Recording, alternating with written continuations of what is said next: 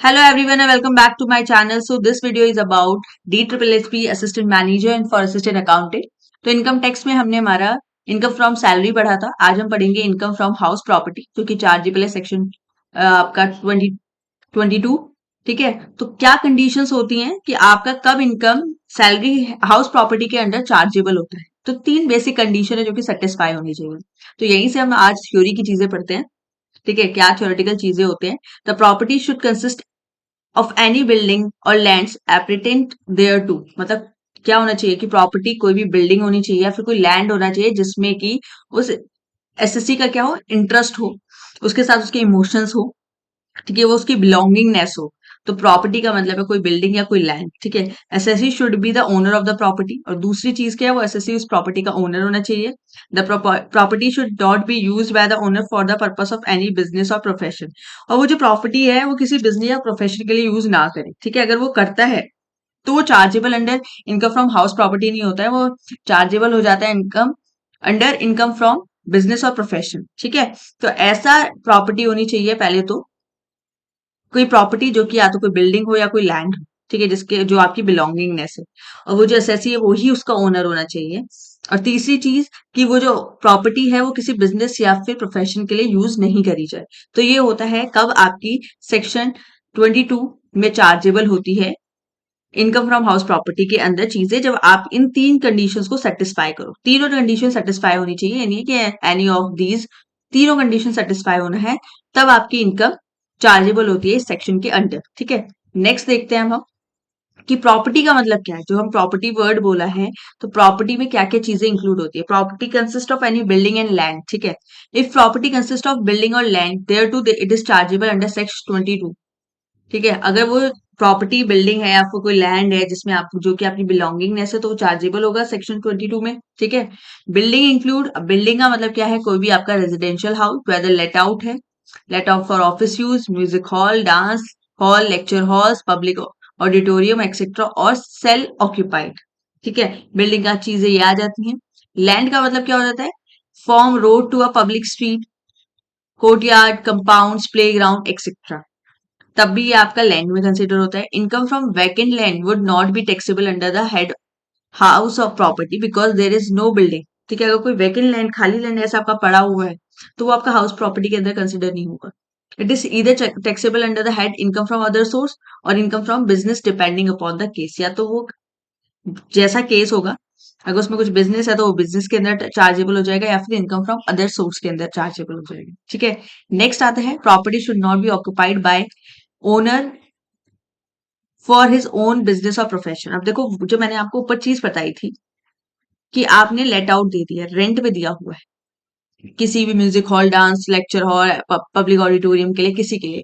ठीक है, तो हम उसको बिल्डिंग बोले या फिर आपने उसको सेल्फ ऑक्यूपाइड कर लिया है, मतलब कि बिजनेस आप अपना खुद का नहीं कर रहे। ठीक है ना, आप उसे अपने किसी पर्सनल बिजनेस के लिए यूज नहीं कर रहे। अब जैसे property should not be occupied by owner for his own business और प्रोफेशन, खुद के बिजनेस या प्रोफेशन के लिए वो उसे नहीं ले रहे हैं। जैसे कि annual value of house property is not chargeable to tax under income from house property if the owner uses the building for the purpose of carrying business और प्रोफेशन। अगर वो उस बिल्डिंग को अपने बिजनेस या अपने प्रोफेशन के लिए यूज कर रहा है, तो उसकी एनुअल वैल्यू जो होगी हाउस प्रॉपर्टी की, वो अंडर टैक्स चार्जेबल नहीं होगी इनकम फ्रॉम हाउस प्रॉपर्टी में, वो उस केस में चली जाएगी income from profession and business. On the other hand house property can be late out for residential purpose और फॉर एनी कमर्शियल पर्पस। अब तुम उसे लेट आउट कर सकते हैं, रेंट पे दे सकते हैं किसी रेजिडेंशियल पर्पस के लिए या फिर कमर्शियल पर्पस के लिए। If the business of the assessee to own and give house on rent, the annual value of property will be taxable under head house property. ठीक है, अगर मान लो वो बिजनेस कर रहा है किसका, रेंट पे देने का, तो वो चार्जेबल होगा अंडर द हाउस प्रॉपर्टी है। ठीक है, तो ये चीज हो गई आपकी कि क्या चीजें टैक्सेबल होती है। अब आते हैं यूज ऑफ हाउस प्रॉपर्टी, क्या क्या यूजेस होते हैं। अब हम वो चीज पढ़ते हैं। आपको पता है कि आपके जो ऑब्जेक्टिव टाइप क्वेश्चंस आते हैं, तो इनमें से ना एक एक लाइन में से क्वेश्चन बन जाता है। अब जैसे कि क्या क्या एग्जाम्पल है, X owns a house property, he uses the property as a his office, factory or godown as a property is used for the purpose of carrying on business or profession not chargeable under section 22। ठीक है ना, आप देखो उसने अपने business purpose के लिए use किया होता है हाउस प्रॉपर्टी को, as a factory, as a office या गोडाउन बनाया हुआ है। ठीक है, अपना वो स्टॉक वहां पर रखता है, तो वो चार्जेबल नहीं होगा इस हेड के अंडर। नेक्स्ट आता है x limited is a manufacturing company the factory of the company situated in Nagpur within the factory campus there is a residential colony having 50 quarters of workers. These quarters are given workers for residential purpose. A nominal rent is 100 is chargeable per month from the employee as the purpose is of letting out it to run the business smoothly. It is a residential quarter will be treated as a house property used by SSC for the purpose of its business. Nothing is taxable under the head 22. अब देखो उसका क्या factory थी, factory के पास उसका एक अपना area campus था जिसमें उसने लोगों को वो एज अ रेजिडेंशियल अपने एम्प्लॉयज को रखा हुआ था। ठीक है, तो residential quarter will be treated as house property use by assessee for the purpose of business. अब वो बिजनेस के लिए ही यूज कर रहे हैं, इसलिए नथिंग इज टैक्सेबल अंडर 22। ठीक है, Y limited makes available few rooms in its factory on a nominal rent to government for locating a branch of nationalised bank, post office and central excise office for carrying out his business efficiently and smoothly. Nothing is taxable under 22. अब इसने क्या किया, जो उसका few rooms थे इन its factory, ठीक है, वो गवर्नमेंट को दे दिया कि वो अपने कोई ब्रांच बैंक की या फिर पोस्ट ऑफिस या कोई अपना सेंट्रल एक्साइज ऑफिस खोलना है तो वो उसमें अपना बिजनेस कर ले आराम से, तो ये भी टैक्सेबल नहीं होता है अंडर सेक्शन 22। ठीक है, नेक्स्ट चीज देखते हैं, assessee should be the owner of the property. मैंने आपको सेकंड चीज बताई थी, पहली चीज तो क्या थी, वो बिजनेस की आपके पास लैंड होना चाहिए या फिर बिल्डिंग होनी चाहिए, ठीक है, जिसमें आप अपना खुद का कोई बिजनेस नहीं कर रहे हैं। दूसरी चीज थी assessee should be the owner of the property. तो income is chargeable to tax under the income from house property only if the assessee is the owner और deemed as owner of the house property. या तो वो owner है या deemed as owner है। ठीक है, तो ओनर में भी इंडिविजुअल, अब कौन कौन ओनर हो सकता है, कोई इंडिविजुअल भी हो सकता है, फर्म भी हो सकती है, कंपनी भी हो सकती है, कोऑपरेटिव सोसाइटी भी हो सकती है और एसोसिएशन ऑफ पर्सन भी हो सकता है एक्सेट्रा। ठीक है, तो पर्सन की जो हमने स्टार्टिंग में आपने इनकम टैक्स में पढ़ा होगा पर्सन कौन कौन होते हैं, एक बार मैं आपको वो चीजें भी रिवाइज कराऊंगी। ठीक है, हमने वो बेसिक वाली चीज नहीं करी है तो हम बेसिक भी करेंगे, हम डायरेक्ट हेड से स्टार्ट हो गए थे। तो पर्सन की डेफिनेशन क्या होती है इनकम टैक्स में, कौन कौन उसमें आता है, हमें वो चीजें पढ़नी है, उसका सेक्शन क्या है, चार्जिंग, वो सारी बेसिक चीजें भी करनी है। अब आता है डीम्ड ओनर कौन होता है। ठीक है, ओनर तो समझ में आ गया, डीम्ड ओनर का मतलब क्या है, ये एक नया कंसेप्ट है। डीम्ड ओनर के लिए, डीम्ड ओनर का मतलब क्या है, beside the legal owner section 27 provide the following person are treated as a deemed owner. ठीक है, जो लीगल ओनर है उसके अलावा भी कुछ ओनर को हम डीम ओनर मानते हैं सेक्शन 22 के अंदर। ठीक है, अब क्या 27 के अंदर, सॉरी सेक्शन 27 के अंदर है इसका concept. Property transfer of to the spouse, if an individual transfer any property to his her spouse otherwise then for accurate consideration then are transfer is deemed as a owner of the property. Spouse मतलब husband and wife, ठीक है ना, उनको हम spouse बोलते हैं। तो क्या कह रहा है, एक इंडिविजुअल अगर अपना हाउस प्रॉपर्टी अपने हस्बैंड या वाइफ को ट्रांसफर करता है एक्यूरेट कंसिडरेशन के थ्रू, ठीक है, तो हम उसको एज अ डीम ओनर मान लेंगे उस प्रॉपर्टी का। एक्सेप्शनल क्या होता है, when a property is transfer to a spouse in connection with an agreement to live apart. मगर लेकिन जब डिवोर्स हो जाता है ना, कि अब हम अलग हो रहे हैं, तब तब हम उसको अपनी प्रॉपर्टी दे रहे हैं। ठीक है, ये प्रॉपर्टी अब हमने उसको दे दी, तब हम उसको as a transfer to spouse में नहीं कंसिडर करते हैं, मतलब एज अ डीम ओनर नहीं उसे कंसिडर कर रहे हैं, क्योंकि उसने तो अपनी प्रॉपर्टी ही अब उसको दे दी है, क्योंकि वो अब अलग हो गए हैं, तो वो उस केस में डीम्ड ओनर नहीं कहलाया जाएगा। अब आता है transfer to the minor child, if individual transfer in house property to his minor child otherwise then for accurate consideration then the transfer is deemed as owner of property. मान लो उसने किसी ने अपने माइनर चाइल्ड को अपनी property transfer कर दी, तो वो डीम्ड ओनर कहलाता है। वरना property is transfer to a minor married daughter, ठीक है, या फिर मान लो अपनी प्रॉपर्टी ट्रांसफर करिए, इसका एक्सेप्शनल केस आ जाता है कि आप अपनी माइनर डॉटर की शादी में अगर आप उससे प्रॉपर्टी ट्रांसफर कर रहे हैं तो आप उसके डीम्ड ओनर नहीं कहलाए जाएंगे वो। ठीक है, तो ये केसेस होते हैं कि डीम्ड ओनर कौन होता है। अब देखो आपने स्पाउस से डिवोर्स हो गया, अब आपने अपनी प्रॉपर्टी उसको दे दी, ठीक है, तो अब आप उसके डीम्ड ओनर नहीं रहे हैं। ठीक है, क्योंकि अब वो आप अपार्ट हो गए हैं। मगर अगर आप ट्रांसफर कर रहे हैं प्रॉपर्टी को जब आप रिलेशन में हैं, तब आप डीम्ड ओनर के उसमें कैटेगरी में आते हैं। नेक्स्ट देखते हैं डीम ओनर, और भी काफी सारे हैं डीम्ड ओनर की, आपकी बहुत सारी वेराइटीज हैं। Wait a minute, C. Holder of an impartial state property which is not legally divisible. The holder of an impartible state shall be deemed to be individual owner of all the property comprised in the state. मान लो कि कोई property ऐसी है जिसको हम divide नहीं कर सकते हैं, ठीक है, कि वो अलग नहीं हो सकती है, तब उसमें इंडिविजुअल्स को हम एज अ डीम्ड ओनर मान लेते हैं। If property is allotted by group cooperative housing society to its member under the housing building scheme of the society. Similarly अगर आप एओपी और कंपनी में भी कर रहे हैं, then those members shall be deemed owner for the building और part thereof allotted to them. मान लो आपने जैसे कोऑपरेटिव सोसाइटी होती है ना, वो अपने मेंबर्स को हाउस अलॉट करती है, प्रॉपर्टी अलॉट करते हैं, तो वो मेंबर्स की वो क्या हो जाते हैं, उसके डीम्ड ओनर हो जाते हैं। ठीक है, वो आपने उनको ट्रांसफर करी है, तो अभी वो वो उस प्रॉपर्टी के डीम्ड ओनर रहेंगे। अब या फिर नेक्स्ट है, if a person has acquired a property under power of attorney transfer transaction by satisfying the condition of section 53 of a transfer property act. अब आपको पता है पावर ऑफ अटॉर्नी ट्रांसफर हो जाती है, तो वो आपकी section 53A transfer of property act के अंदर आता है। तो उसमें क्या क्या आता है कि there is agreement in writing between the purchaser and a seller. Purchaser और सेलर के बीच में एग्रीमेंट होना चाहिए। Purchaser has paid the consideration और he is ready to pay consideration. और परचेजर जो खरीद रहा है वो उसको पेमेंट करेगा उस चीज की, या फिर पे करने के लिए तैयार। Purchaser has taken the possession of the property. Possession उसने, जो परचेजर है वो उसका प्रॉपर्टी का पोजेशन भी ले रहा है कि अब वो उसका ओनर है। The buyer is deemed to be owner of the house property although it is not register his name. ठीक है, तो जो बायर है वो क्या हो जाएगा इस केस में, डीम्ड ओनर हो जाएगा। ठीक है, अभी उसका नाम रजिस्टर नहीं हुई है, मगर उसको हम एज अ डीम्ड ओनर बोल देते हैं। तो ये थे डीम्ड ओनर की कुछ कैटेगरी। अभी एक और है कि if a person takes a property on a lease for 12 year और मोर। मान लो किसी ने प्रॉपर्टी 12 साल, सॉरी एक मिनट, किसी ने प्रॉपर्टी 12 साल या उससे ज्यादा पे क्या करी हुई है, लीज पे ली हुई है। हमने लीज फाइनेंसिंग फाइनेंस में पढ़ाया था मैंने आपको, बिजनेस फाइनेंस में, कि हम क्या करते हैं प्रॉपर्टी को खरीदते नहीं, जो उसका मालिक होता है उससे लीज पे उधार पे ले लेते हैं। काफी काफी सालों के लिए भी लोग ले लेते हैं। मान लो किसी ने कोई हाउस प्रॉपर्टी 12 साल से ज्यादा तक के लिए लीज पे ले रखी है, तो हम उसको उसका डीम्ड ओनर मान लेंगे। When any right by the way of lease is acquire for a month two month basis for a period not exceeding 1 year. इसका एक्सेप्शनल क्या है, when any right by the way, अब जैसे leave acquire month two month आप basis पे कर रहे हैं, ठीक है, और 1 साल एक्सीड नहीं हो रहा, तब उस केस में डीम्ड ओनर नहीं कहलाया जाए। तो ये थे डीम्ड ओनर क्या क्या होते हैं। अब आता है कि ये सेक्शन 22 की क्या एप्लीकेबिलिटी है, क्या इसके टिपिकल केसेस होते हैं, डिफरेंट टाइप्स ऑफ केसेस क्या होते हैं, उनके बारे में पढ़ते हैं। वेट अ मिनट, देखो composite rent, apart from recovering rent to of the building, in some cases the owner gets rent for other assets और he charges different services provided like security etcetera in the building.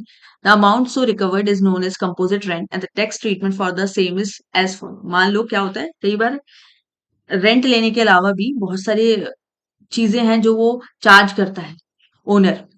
ठीक है, मान लो उन्होंने आपको furnish घर दिया है, उसमें आपके एसेट्स हैं, उनको भी चार्ज करेगा, जो सर्विस प्रोवाइड कराई जा रही है, लिफ्ट की, सिक्योरिटी की, उन सब के भी चार्जेस करता है। उसको हम कंपोजिट रेंट कहते हैं, तो उसका ट्रीटमेंट अलग होता है।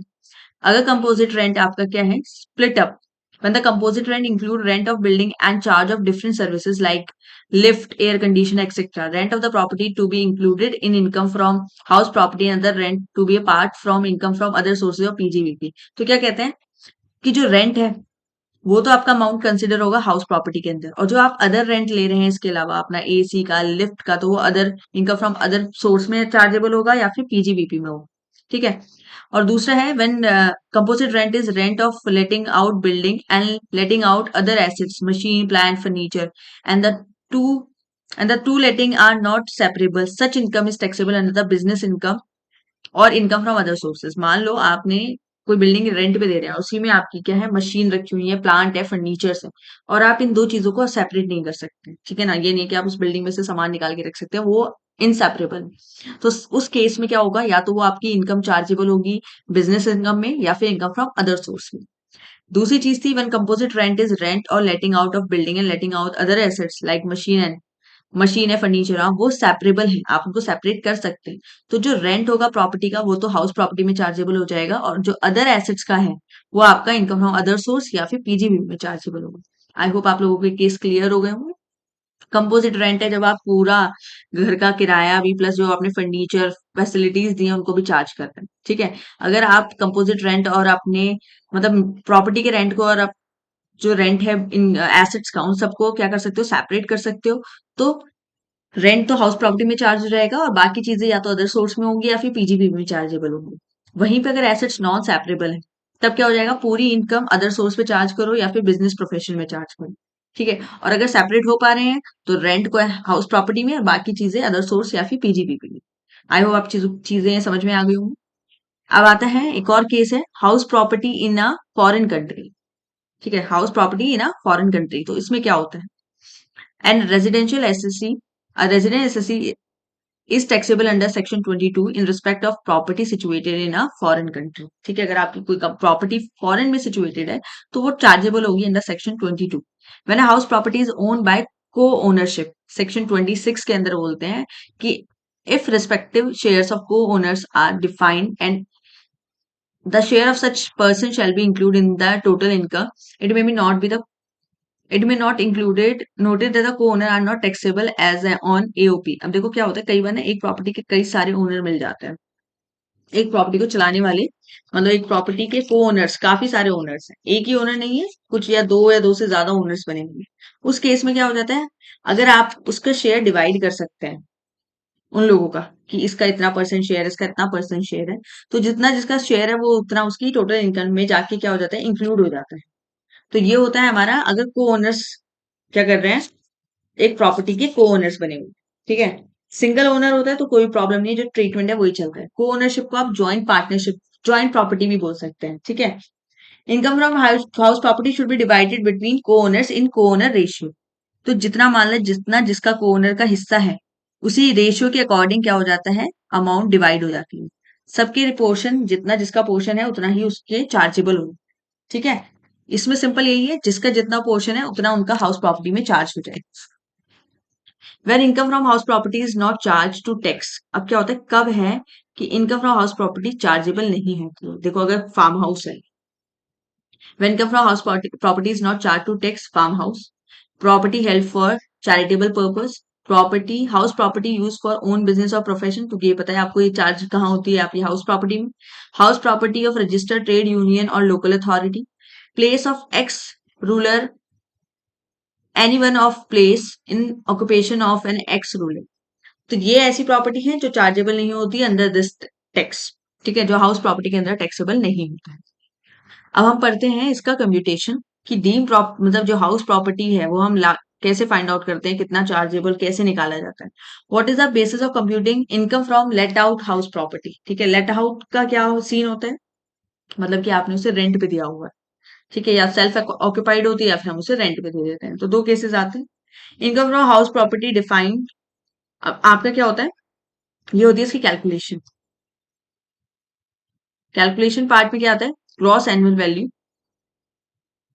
ग्रॉस एनुअल वैल्यू में से हम लेस करते हैं म्युनिसिपल टैक्स, फिर हमारी नेट एनुअल वैल्यू आ जाती है, इसमें आपको लेस करते हैं डिडक्शन अंडर सेक्शन 24। दो डिडक्शन है हाउस प्रॉपर्टी में, जैसे हमने सैलरी हेड में पढ़ी थी एंटरटेनमेंट वाला।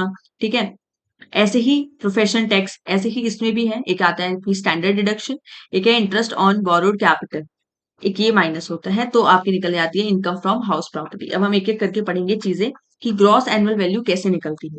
ठीक है, तो ये है कैलकुलेशन आपकी ग्रॉस एनुअल वैल्यू की। ग्रॉस एनुअल वैल्यू का सबसे पहली स्टेप होती है find out the reasonable expected rent, कि क्या रीजनेबल एक्सपेक्टेड रेंट है। Municipal valuation of the property, तो इसको निकालने के लिए हम दो चीज चेक करते हैं, म्युनिसिपल वैल्यूएशन क्या है प्रॉपर्टी का, या फिर fair rent of the property. इन दोनों में जो भी हायर होगा, ठीक है, ए और बी में higher generally taken as expected rent. हमें एक्सपेक्टेड रेंट निकालना है, तो आपको म्युनिसिपल वैल्यू गिवन होती है, फेयर रेंट गिवन होता है, इन दोनों में जो भी हायर होगा उसको हम एक्सपेक्टेड रेंट मान लेंगे। फिर आपको गिवन होता है standard rent, it is a maximum rent which a company can legally recover from his tenant under the rent control act.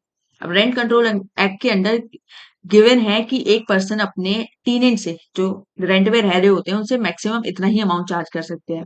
A landlord can not legally recover from his tenant more than standard rent if a property is covered under rent control act. अगर property rent control act के under covered है, तो कोई भी आपका landlord जितना amount mention है उससे ज्यादा आपसे चार्ज नहीं कर सकता है। ठीक है, तो इस केस में क्या होता है, जब आपका एक्सपेक्टेड रेंट निकल आता है और जब स्टैंडर्ड रेंट आपको गिवन होता है, फिर आप उन दोनों को कंपेयर करते हो, उनमें जो लेस होता है हम उसको लेते हैं। मान लो आपका एक्सपेक्टेड रेंट तो आ गया 10 लाख, ठीक है, वो 10 लाख आ गया, और आपको स्टैंडर्ड रेंट गिवन है 5 लाख, मान लो 6 लाख, तो हम इसमें जो लेस होगा उसको लेंगे। लेस कितना है, 6 लाख, क्योंकि आप स्टैंडर्ड से ज्यादा नहीं ले सकते, एक्सपेक्टेड रेंट आप ज्यादा नहीं कर सकते, जितना मेंशन है उतने। मान लो आपका एक्सपेक्टेड रेंट था 5 और आपको स्टैंडर्ड रेंट गिवन है 7, ठीक है, तो उस केस में लेस क्या है 5, तो हम 5 को लेंगे हमारा जो इन दोनों में लोअर। ठीक है, अब मैं इसको आपको कैलकुलेशन दिखाती हूँ। हम म्युनिसिपल वैल्यू कैसे निकालते हैं प्रॉपर्टी की, fair rent of the property, और म्युनिसिपल रेंट में जो हायर होता है उसको सेलेक्ट किया, देन उसको हम कंपेयर करते हैं स्टैंडर्ड रेंट से, जो आपका सी निकल के आया है उसको कंपेयर करेंगे स्टैंडर्ड रेंट के साथ, जो इसमें कम होगा हम उसको सेलेक्ट करेंगे। ये आपकी फर्स्ट स्टेप निकल आएगी। Find out the rent actually receive और रिसीवेबल। अब आता है rent of the previous year for which property is available for letting out. अब कैसे निकालते हैं कि कितना आपको एक्चुअल में रेंट मिला है। ठीक है, इसकी भी कैलकुलेशन होती है कि आपको एक्चुअल रेंट कितना मिला है। तो उसके लिए क्या होता है, प्रीवियस ईयर में जो आपको उस प्रॉपर्टी से लेटिंग आउट करके रेंट मिला है वो minus loss due to vacancy. ठीक है, कई बार क्या होता है आपका वैकेंट रह जाता है, खाली चला जाता है, उसको हम माइनस करते हैं unrealised rent if few condition are satisfied. कुछ अनरियलाइज रेंट है जो आपको नहीं मिला है वो माइनस करते हैं, तब आपका एक्चुअल रेंट जो आपको रिसीव्ड हुआ है वो निकल कर आता है। ठीक है, अब कैलकुलेशन करते हैं जीएवी की। जीएवी की कैलकुलेशन हमने बताया था कि हम एक्चुअल रेंट और एक्सपेक्टेड रेंट में अगर ड्यू टू लॉस वैकेंसी है, ठीक है, अगर लॉस वैकेंसी है उस केस में जीएवी इक्वल हो जाता है आपके एक्चुअल रेंट की। ठीक है, एक्चुअल रेंट की कैलकुलेशन मैंने आपको अभी करके दिखाई है, ये आपकी एक्चुअल रेंट की कैलकुलेशन है। तो इस केस में क्या हो जाता है, अगर आपका एक्चुअल रेंट कम आ रहा है, आपका एक्सपेक्टेड रेंट ज्यादा आ रहा है, ठीक है, और वेकेंट वाली केस है, खाली गया है आपका, तो जीएवी एक्चुअल रेंट के इक्वल हो जाएगा। केस सेकंड, अगर आपका actual rent less than expected rent से because loss due to vacancy and other factors unrealised rent. ठीक है, वेकेंट भी रहा है और अनरियलाइज्ड रेंट भी है, तब जीएवी कैसे निकलता है कि जो आपका एक्सपेक्टेड रेंट है minus loss due to vacancy.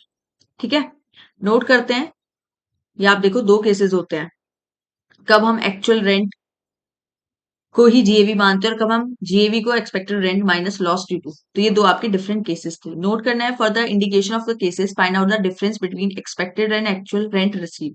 ठीक है, अब ये पता कैसे चलता है, केस को फाइंड आउट कैसे करेंगे कि जो आपका एक्सपेक्टेड रेंट है और जो एक्चुअल रेंट है उनका डिफरेंस निकालो। If such difference is higher than the loss due to vacancy, अगर आपकी जो वैकेंसी खाली रही है उस लॉस से ज्यादा आता है, then the case second is applicable, तो से केस सेकंड एप्लीकेबल होगा। ठीक है, otherwise if difference is equal और less than the loss due to vacancy then the case first is applicable. और अगर मान लो जो आपका डिफरेंस निकल के आया है वो आपके जो वैकेंसी का लॉस है उसके इक्वल आया है या फिर उससे कम आया है, तो हम केस फर्स्ट को कंसिडर करते हैं। तो ये सिचुएशन है आपके दो डिफरेंट केसेस। अब आता है calculation of GAV.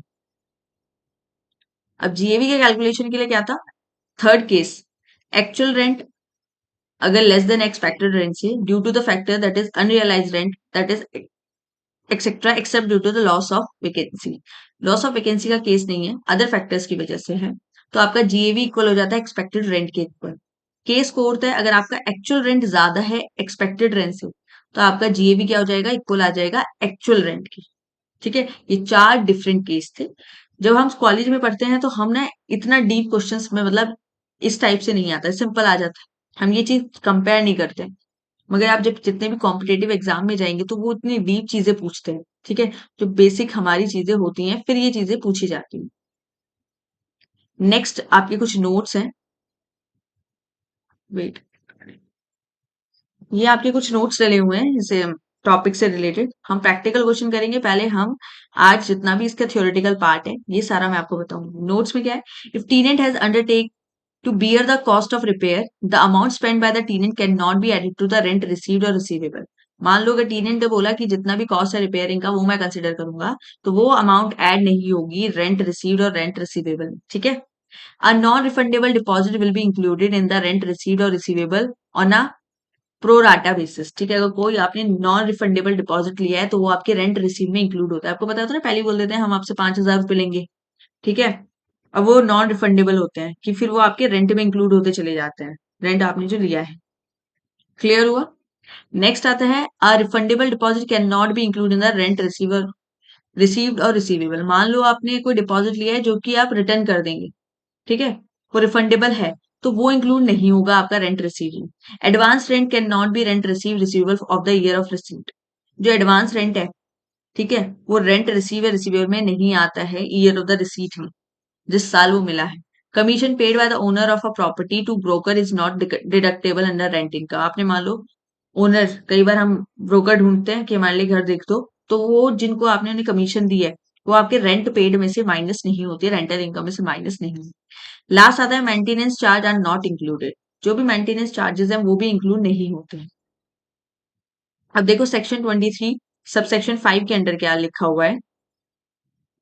Where house property is held as a stock in trade and it is not let out during the whole or any part of the previous year, the annual value of such property or part thereto shall be taken as nil। ठीक है, मान लो कोई house property है, ठीक है, अब आपने क्या किया, उसको लेट आउट नहीं किया है, या तो होल या कुछ पार्ट के लिए, तो वो पूरी प्रॉपर्टी क्या होगी, उसकी एनुअल वैल्यू हम नील लेके चलते हैं। तो एनुअल वैल्यू निकालते हैं, हम उसकी क्या आएगी, उस केस में नील आएगी। This concession is available only for the period up to 2 year. ये कंसेशन कितने टाइम के लिए गिवन, मतलब मिलता है, 2 साल के लिए, ठीक है। in which the certificate of completion of construction of the property is obtained from the competent authority। क्या अब क्या होता है कि आपने अपने घर में काम चल रहा है कुछ, ठीक है, इसलिए आपको 2 साल का टाइम दिया जाता है कि आप उसे वेकेंट छोड़ सकते हैं, ठीक है। और अगर आपने किसी ऑथराइज अथॉरिटी से उसके लिए सर्टिफिकेट लिया हो, तब ये चीज कंसिडर होती है। अब आता है one unrealise rent shall be included. ठीक है, अनरियलाइज रेंट कब हम इंक्लूड करते हैं, उसकी सिचुएशन में, if the rent which the owner can not receive, could not, when realise shall be excluded, sorry excluded का हम उसको नहीं लेंगे, आपको मिला नहीं है, कब, जब tenant the it is the rent which the owner could not realise, कि उसको पता है वो पैसा उसे नहीं मिलेगा, या फिर ये फॉलोइंग कंडीशन सेटिस्फाई होनी है। टीनेंसी इज बोनिफाइड, मतलब कि आपने टीनेंट को दिया था, अपने आपने पूरे तरीके से उससे देखा कि शायद पैसा निकल आए, वो नहीं दे रहा है, ठीक है।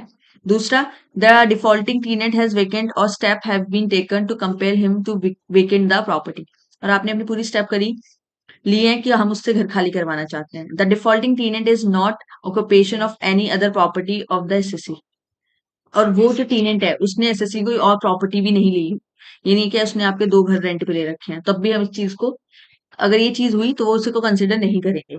The assessee has been taken as legal step to institute legal proceeding for the recovery of the unpaid rent और satisfy the assessee office, that is legal processing should be would be useless. अब क्या होता है, उसने ना legal चीजें भी उसके अगेंस्ट करी हुई, ये नहीं कि वो रेंट नहीं लिया तो वो तुरंत कह देगा भैया हम तो इसे इंक्लूड नहीं करेंगे, आपको उसके अगेंस्ट स्टेप भी लेनी होगी, तभी हम उसको तभी हम अनरियलाइज जो रेंट है उसको इंक्लूड नहीं करेंगे, ठीक है।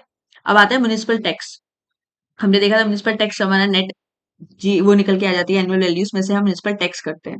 अब वो म्युनिसिपल टैक्स कौन लगाते हैं, लोकल अथॉरिटी, ठीक है। ये क्या होता है, डिडक्ट होता है जीएबी से, ओनली कब, अगर वो टैक्स किसने पे किया है, ओनर ने किया है, बॉर्न बाय द ओनर, और actually paid by the owner during the previous year, और उसने एक्चुअल में उसकी पेमेंट भी कर दी है।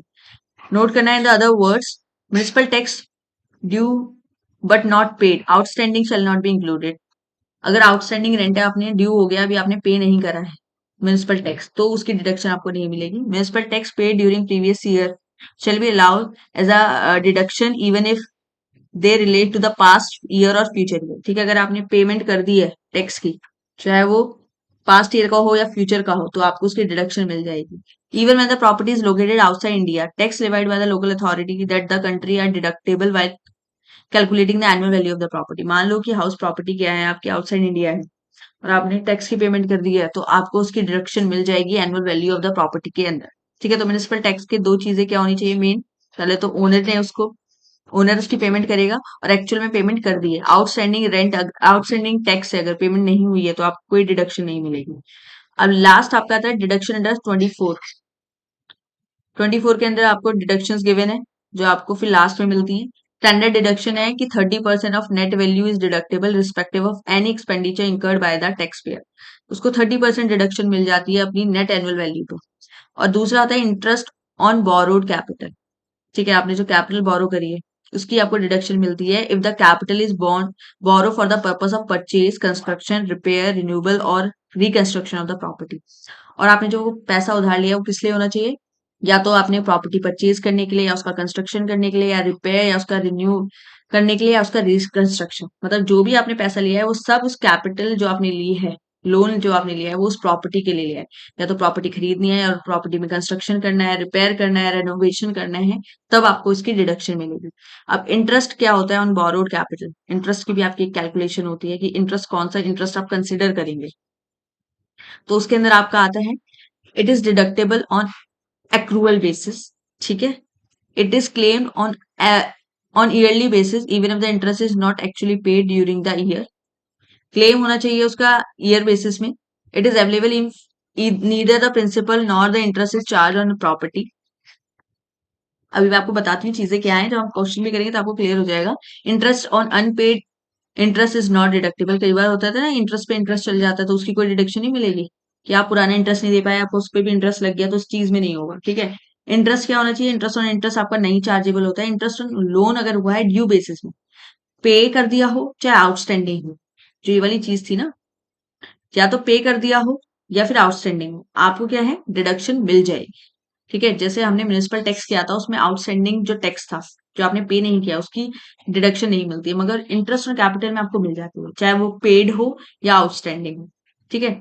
नेक्स्ट आपका क्या था कि इंटरेस्ट पे इंटरेस्ट जो आपका लग गया है उसका आपको कोई डिडक्शन नहीं मिलेगा। नो डिडक्शन फॉर ब्रोकेज और कमीशन, आपने ब्रोकेज या कमीशन पे कुछ दिया है उसकी कोई डिडक्शन नहीं मिलेगी। Interest on fresh loan taken to repay the original loan raise for the aforesaid purposes allow as deduction. अब मान लो क्या हुआ, आपने पुराने लोन का उतारने के लिए अपना नया फ्रेश लोन पे जो इंटरेस्ट दे रहे हैं उसकी आपको डिडक्शन मिल जाएगी। In case of let out property there is no maximum ceiling of deduction, ठीक है। और अगर आपका वो क्या है, इसमें कुछ लिमिट होती है कि अगर आपने लेट आउट प्रॉपर्टी है तो उसमें आपकी मैक्सिमम कोई डिडक्शन नहीं है, नो लिमिट, आप कितना ही कर सकते हैं, ठीक है। अगर वो रेंट पे देने के लिए लेट आउट है या फिर डीम टू लेट आउट है, ठीक है। आप डीम टू मतलब से आप इन फ्यूचर करना चाहते हैं, तब आपको कोई अमाउंट नहीं है, जितनी अमाउंट आप इंटरेस्ट पे कर रहे हैं वो सारा आपको सब पूरी डिडक्शन मिल जाएगी, ठीक। नेक्स्ट चीज आती है pre construction period, interest on pre construction period. इसका केस होता है प्री कंस्ट्रक्शन पीरियड का मतलब क्या है, commencing on the date of borrowing and the end. ये पीरियड स्टार्टिंग से, जब से आपने बोरो स्टार्ट किया है तब से शुरू हो जाएगा। March 31st immediately prior to the date of completion of construction, date of acquisition और date of repayment of loan whichever is earlier. It is available in 5 equal installment in 5 successive financial years starting from the year in which acquisition or construction was completed। इसमें क्या होता है आपका, ये special case होता है। अगर आपका सेल्फ ऑक्यूपाइड है, जैसे मैंने आपको बताया, अगर लेट आउट है उस पे आप इंटरेस्ट दे रहे हैं लोन का, तो आपको वो पूरी अमाउंट कितनी भी हो, मैक्सिमम कोई लिमिट नहीं है, पूरी डिडक्शन मिलेगी। मगर आप मान लो सेल्फ ऑक्यूपाइड है, नॉर्मल केस है, तब आपकी मैक्सिमम 30,000 की डिडक्शन मिलती है, ठीक है, 30,000 अगर आपने रेनोवेशन या रिपेयरिंग के लिए है। और इस एक स्पेशल केस आता है आपका, उसमें आपको मैक्सिमम 2,000 की मिल जाती है। 3 कंडीशन होती है उसके अंदर, लोन टेकन और आफ्टर ऑन 1 अप्रैल 1999, या फिर आपने लोन लिया हो purchase of construction of house property, या फिर आपने लोन लिया हो कंस्ट्रक्शन, ठीक है, जो कि आपके 5 साल के अंदर कंप्लीट हो गया हो जब से आपने लोन लिया है, ठीक है, वो आपका होता है प्री कंस्ट्रक्शन पीरियड। तो इस केस में आपकी ये डिडक्शंस होती हैं। बाकी हम सेल्फ ऑक्यूपाइड क्या होता है, सेल्फ ऑक्यूपाइड की मैंने अभी आपको बताया था, वो हम ये जो जितनी भी चीजें सेल्फ ऑक्यूपाइड वाले इंटरेस्ट मैं भी बता रही थी वो ये है आपका। ये चीजें अब हम कल पढ़ेंगे, ठीक है। आज के लिए इतना ही सही है। जो आपका प्री कंस्ट्रक्शन पीरियड है एक्विजिशन वाला, इसमें भी क्या होता है, इसमें आपको डिडक्शन मिलती है 5 इक्वल इंस्टॉलमेंट की। और कब से, if loan is taken from purpose of house property purchase construction या रेनोवेशन या रिपेयर के लिए, तब आपको डिडक्शन मिलती है, वो भी 5 साल के लिए मिलती है, 5 इक्वल इंस्टॉलमेंट, ठीक है। इतनी आपको डिडक्शन मिलेगी प्री कंस्ट्रक्शन के में। ये चीज मैं आपको दोबारा बताऊंगी जब मैं आपको सेल्फ ऑक्यूपाइड बताऊंगी, बाकी चीजें बताएंगे भी काफी सारी हैं आपकी, ठीक है। फिर हम इसके क्वेश्चंस करेंगे। वैसे तो कंप्लीट होने वाला था, मगर अभी यहाँ के लिए आज यही कंप्लीट करते हैं, कल नई चीजें पढ़ेंगे क्वेश्चंस के साथ। So that's all for today. I hope you guys like this session, so please like share and subscribe my channel. Thank you.